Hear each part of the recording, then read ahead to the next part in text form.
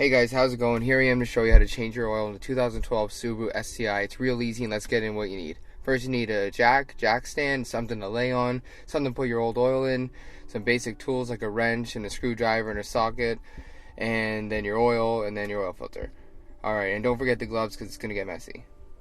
Alright, so first you're going to want to jack up your car and then put it on a jack stand. Please don't just use your jack because the jack could fail and that could fall on you. That could be really bad for you. So, alright, let's get into it. Alright, first you're going to take out the grommets on the passenger and driver's side. First round on the driver's, just get underneath the one grommet and then pop it out. It might take a little wiggle, but soon you'll get it and it should just come right out. And here's what it looks like. And then just do the same to the passenger side, and there you go, it's out. Alright, now underneath you're going to have 3 bolts, 2 in the front, 1 right here, and 1 right there. And then you're going to have the 1 in the back. You're going to use a 12mm socket to get them out. After you get them out, the last one, it should just fall down, and it's a little wiggle, and it should come out, and there you go. So now just pull it out, and then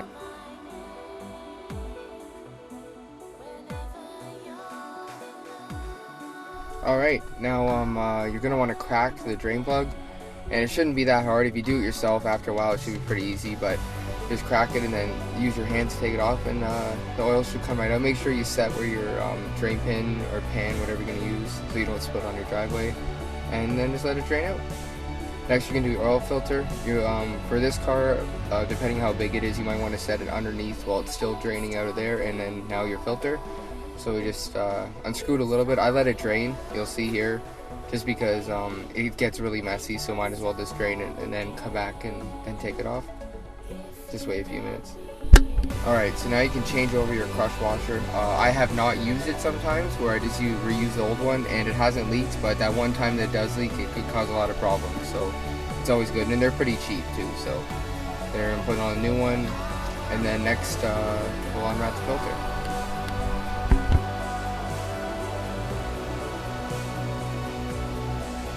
And here's the filter. It's always good to use Subaru filter.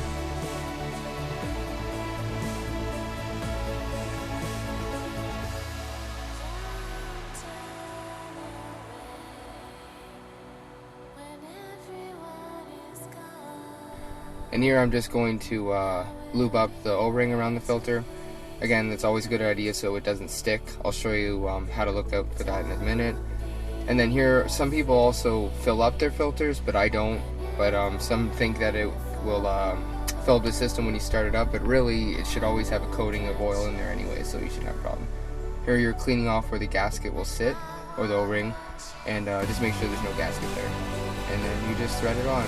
And it says as soon as you touch it, just do like a 1/7 turn, but I just do it till it's snug. And you shouldn't have a problem with anything leaking, and then we should be good. Next you're going to want to put on your drain plug, and the same thing, just do it snug. And then with your old oil, you're going to want to take it out and put it back into either the same container that you're going to use after, or another container, which I have here.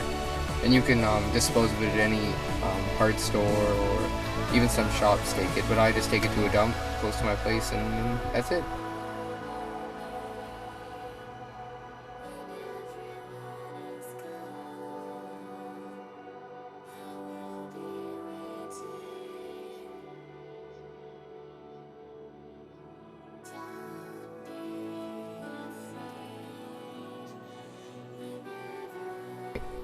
Well, here we go. Now the next step is to just fill it up. Check what your owner manual says. Mine says 4.2 liters, so that's what I'm putting in.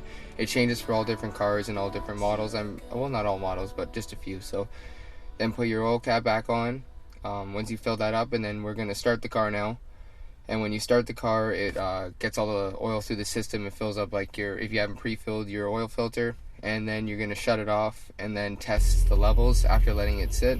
If it's on an incline, you're probably going to want to put it on a flat surface just to be safe. So I have more things to do right now to the car, so I'm not going to be showing you putting everything back on, but just do the reverse is what we did. And now you've learned a little more about your car. So I have some more videos to upload, and I hope you guys like them, and I'll see you soon. Bye.